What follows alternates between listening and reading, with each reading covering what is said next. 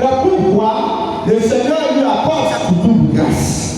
Parce que n'oublions pas que le projet de Dieu nourri depuis des siècles devait s'accomplir par le oui de la Vierge Marie. Par l'apport de la Vierge Marie, le salut que Dieu avait préparé à la face du monde venait de se réaliser. Alors, quand on regarde un peu la sortie d'Israël, le chapitre 14 livre des autres, la question de l'ombre intervient là également. La Bible dit que le Seigneur conduisait Israël de jour par une nuée, mais de nuit par le feu, une colonne de feu. Le Seigneur avait besoin que cette pompe couvre la Vierge Marie pour que ce projet aussi merveilleux du salut de l'être humain puisse se réaliser et se réaliser à terme. Père de joie. Père de joie. Alors, est-ce qu'aujourd'hui, toi, tu as besoin de l'ombre de l'Esprit Saint? Oui. Tu as besoin de cette ombre de l'Esprit Saint. Mais généralement, vous voyez, nous perdons cette ombre de l'Esprit Saint après le baptême. Père de joie. Parce que l'Esprit peut être là, et puis sa puissance ne se manifeste pas dans notre vie. Or, nous avons besoin et de l'Esprit Saint et de sa puissance pour pouvoir être des témoins. Le thème de cette année nous dit, à l'année pastorale, par rapport à notre groupe, nous demande d'être sel et lumière. C'est-à-dire que nous devons témoigner. Pour témoigner, tu as besoin de la puissance. C'est pour cela que les disciples de Jésus, c'est après la Pentecôte, aussi peureux qu'ils étaient, après la Pentecôte, cette peur a totalement disparu. Parce qu'ils avaient reçu cette puissance, ce manteau. Père de joie. Père de joie. Tu as besoin de cette puissance de l'Esprit Saint. C'est pour cela que souvent quand on prie la Vierge, on demande, mamie, que ton manteau, où est-ce qu'elle a eu ce manteau? C'est à l'Annonciation qu'elle a eu ce manteau. C'est à l'Annonciation. Elle a reçu la personne parce que l'ombre ne peut pas être s'il n'y a pas de personne. Vrai ou faux? On ne peut pas voir l'ombre. Si on a vu l'ombre quelque part, une ombre quelque part, c'est qu'il y a une personne. Même les choses ont aussi des autres. Le Seigneur est en train de dire à Marie, n'aie pas peur. Or, si nous avons perpétuellement l'ombre, cela signifie que celui qui produit l'ombre est tout le temps avec. Le Seigneur assure Marie de sa présence perpétuelle. Et le Seigneur veut que et la présence de l'Esprit et la puissance de l'Esprit te soient accordées. Frères et sœurs, laissez-moi vous dire. Si nous avons la présence et que nous ne laissons pas la puissance se dégager, nous serons des chrétiens fermes, des chrétiens qui seront menés, des chrétiens qui vont passer toute leur vie à se plaindre. Mais le Seigneur, quand il vient avec sa présence, c'est accompagné de la puissance. Généralement, chrétien, on aime prendre la présence et puis laisser la puissance. Père de joie. Père de joie. On peut avoir aussi, ça vous le savez, on peut avoir aussi la puissance, mais de façon momentanée. Parce que la présence ne serait pas perpétuelle. Parce qu'en réalité, c'est de la présence que se dégage la puissance. Père de joie. Est-ce qu'on vous comprend? Quand la la présence est perpétuelle, la puissance se bonifie. C'est-à-dire que la puissance n'est pas limitée. La puissance va de façon croissante selon notre espace que nous accordons au Seigneur. Donc, nous puisons la puissance dans la puissance. Et c'est ainsi que nous comprenons. Père ou joie. Je veux dire que les combats que nous menons, les victoires que nous voulons avoir, le Seigneur nous a déjà accordé cela. Mais comment aller chercher? C'est qu'il nous a déjà accordé. Comment aller chercher pour que cette présence et cette puissance puissent impacter notre vie? C'est là notre problème. Le comment. Comment? Le comment. Et la Vierge, la suite du texte, la Vierge va nous relater ses secrets et par sa vie, elle va nous relater ses secrets. La deuxième chose, c'est que tu peux la voir, mais tu peux aussi faire la puissance. Tu peux venir la Bible et tout ça. Comment la voir, la maintenir, l'entretenir pour qu'elle puisse impacter notre vie? C'est la clé qu'il nous faut. Parce que, frères et sœurs, chrétiens que nous sommes, et c'est pour ça justement que nous avons besoin des effusions. Nous avons besoin des effusions. Parce que Marie, elle a reçu sa première effusion à l'Annonciation, mais elle a reçu également à la Pentecôte pour dire on peut recevoir autant que nous soyons disposés l'effusion de l'Esprit. Père et joie. Père et joie. Donc ce mois que le Seigneur nous a donné à travers ce séminaire est un mois bénéfique pour que toi et moi, nous puissions prendre conscience qu'en réalité, Dieu nous a tout donné. Dieu nous a tout donné. Dieu nous a tout offert. Mais il suffit d'être juste attentif au travers des enseignements. C'est pour ça que tout à l'heure je parlais de chapelet. Vous voyez que si nous prenons Marie, si nous avons un autre regard sur la Vierge Marie, nous nous rendons compte qu'en réalité, le chapelet, et c'est pour ça que si vous avez bien remarqué, vous voyez qu'à tout moment, vos chapelets là se perdent, ou bien vos chapelets se coupent. Oui, c'est pas pour tout.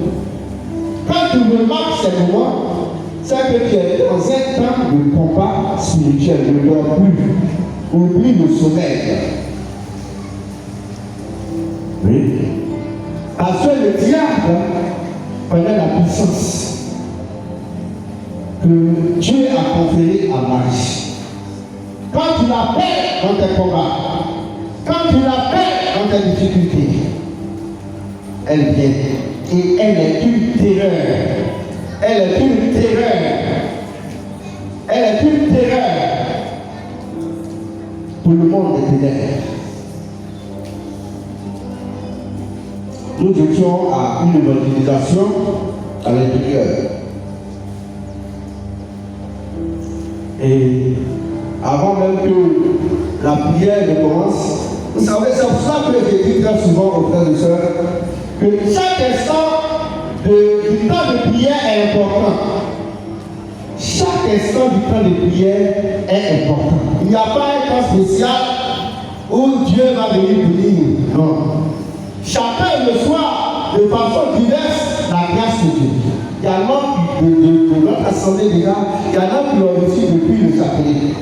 Et on a l'impression que quand on vient faire le chapelet, en train de prier, en attendant que la prière ne commence. Non, ce n'est pas vrai. Ce n'est pas vrai. Et c'est pour ça que nous aussi qui disons le chapelet, nous ne faisons pas croire que c'est une prière en attendant que le show commence. Ça veut dire que avant même, souvent la grâce peut nous toucher depuis la maison. C'est-à-dire le simple fait de penser que aujourd'hui dimanche, je viendrai à la prière de nouveau. Tu peux recevoir la grâce avant d'arriver ici. Lorsque le chapelet commence, bon, je vais laisser les frères et soeurs faire le chapelet, le temps que la prière, le berger, le bel prêcher, et puis les gens vont tomber. Ce n'est pas tomber la prière de Dieu. Si nous sommes disposés, nous recevons la grâce à n'importe quel instant. À n'importe quel instant. Donc, toi, au moment où le berger qui est là, qui conduit la prière, a dit levez les mains, l'onction est descendue, mais tout le monde prend, tout le monde tombe. Pas tu ne tombes pas, tu ne tombes pas. Mais tu as reçu ce pas de tous les chapeaux. Tu l'as reçu de tous les chapeaux. Donc, si tu l'attends au moment où le berger est en train d'annoncer, tu vas faire du voir. Chaque instant est important. Avant de commencer l'évangélisation, nous avons commencé à lire le chapelet. Et déjà, avec le chapelet, le Seigneur avait commencé à se manifester. Moi-même, ça m'a donné un enseignement ce jour-là. Parce que effectivement, je pensais, comme les autres, qu'il y a un temps où Dieu se manifeste par la prédication. Et puis le temps de chapelet, bon, c'est la prière pour se préparer. Non, c'est la prière qui a commencé ici. Fais voir. Et le Seigneur s'est réellement manifesté. Simplement par le chapelet que nous avons dit. Simplement par le chapelet. C'est pour cela, les enseignements précédents l'ont déjà dit. Quand nous récitons avec foi, quand nous récitons avec foi, un jour j'étais en train de prier. Vous savez que le chapelet que nous disons, très souvent le Seigneur s'en sert pour d'autres personnes. Il a dit quand j'ai fait le signe de croix au nom du Père, je voulais donner mon intention, le Seigneur dit, mais toujours c'est toi, toujours c'est toi. Cette dizaine que tu vas dire, offre cette dizaine à d'autres personnes ailleurs. Ça m'a donné un enseignement. Pour dire qu'en réalité, ce que nous faisons, le Seigneur s'en sert pour d'autres personnes. Ça, pour ceux qui sont à l'intercession de Saint-Dieu. Père de Dieu, l'ombre du Seigneur. Ce soir, l'ombre du Seigneur viendra sur toi.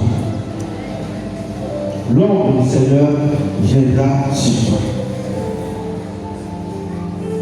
Et quand cette ombre vient sur ta vie, vous savez, frères et sœurs, nous sommes dans un monde où nous avons besoin de la puissance de Dieu au dimanche. C'est la puissance de Dieu qui va faire fuir les mouches qui volent autour de toi. La symbolique de la mouche dans le monde spirituel, c'est les démons. C'est les démons. C'est pour cela que dans ta maison, quand tu remarques la présence perpétuelle de mouches, ça doit t'interpeller. Même si tu laisses ta poubelle là que les mouches viennent, ne pas penser que c'est démon. Paye-toi pour savoir la différence. Mais je dis quand il y a la présence perpétuelle de mouches, c'est le signe qu'il y a une guerre qui se déclenche déjà à ton niveau. Ça veut dire que la quantité de nourriture, il faut diminuer ça. Le temps de sommeil, il faut réduire ce temps. Pour parler comme les Ivoiriens, tu dois te mettre en maillot. Ça veut dire que tu es dans un temps de combat. Tu es dans un temps de combat. Et si tu restes couché dans ce temps de combat, le malheur viendra frapper ta porte. C'est comme un soldat qui a une arme et puis il dort.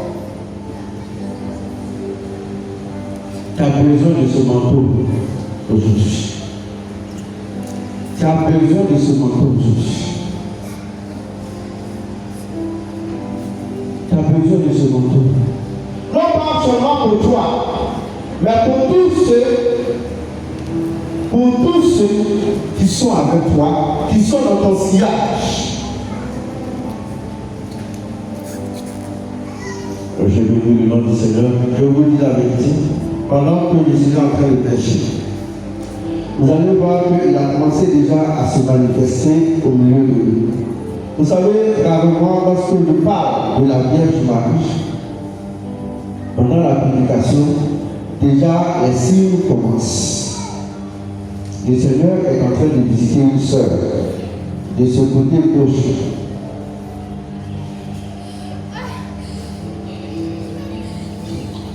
Donc, je serai en train de parler, de prêcher. Vous allez voir au fur et à mesure, le Seigneur va se manifester dans notre assemblée. Je vous l'ai dit, chacun prend pour lui, c'est comme un bus qui est en train de passer. À tout moment, tu peux prendre pour toi. Il faut être concentré. Et la puissance va se déployer ce soir dans notre assemblée. Il y a beaucoup de guérisons au milieu de nous ce soir. Pourquoi? Alors que nous parlons de manteau, la question de guérison nous dit. Père Yvan, tu as besoin du manteau. Tu as besoin du manteau de Dieu. Si tu n'arrives pas à triompher, c'est parce que le manteau là te manque. Or, lorsque le manteau manque, tu deviens vulnérable, c'est-à-dire que tu es exposé, tu n'es pas protégé. Lorsqu'il n'y a pas de manteau, tu n'es pas protégé. Tu es livré à toi. Tu es exposé. L'ennemi peut faire de toi ce qu'il veut. Il peut te manipuler à sa guise. Lorsque le manteau est là, tu es couvert, tu es protégé. Tu n'as peur de rien. La peur du lendemain, la peur de son ciel vient du fait que le manteau est baptisé. Pourtant tu es baptisé, le manteau est baptisé. C'est comme une couverture. Lorsque cette couverture n'est plus, tu es livré à toi. Oh, que peut faire l'homme sans Dieu? Que peut faire l'homme sans la présence de Dieu? Tu as besoin du manteau de Dieu. Parce que le manteau n'est pas les démons rentrent et sortent de ta vie.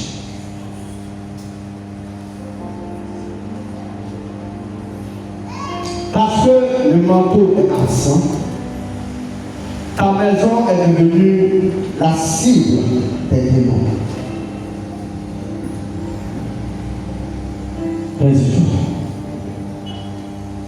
Dis au Seigneur, ce soir j'ai besoin de ton manteau. Dis, ce soir j'ai besoin de ton manteau. Ce soir j'ai besoin de ton manteau. Ce soir j'ai besoin de ton manteau. Amen.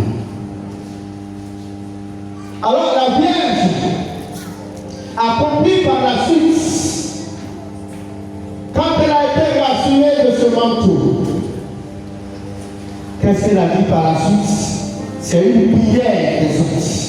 Ça c'est la suite du verset. Mon âme exalte le Seigneur. Mon âme exalte le Seigneur. Parce que Dieu assure son lendemain. Parce que Dieu assure tout. Et elle va commencer à comprendre la signification, la vraie signification du manteau à l'Annonciation. Le premier signe, c'est à la présentation de Jésus. Elle trouve un vieux qu'on appelle Simeon. Et Simeon lui dit, pas! Il y a une épée qui va lui transpercer le cœur. Là encore, elle n'avait pas compris. Elle n'avait pas compris. Mais c'est lorsque la passion va commencer que la Vierge va commencer à se rappeler les paroles de l'ange. Marie n'est pas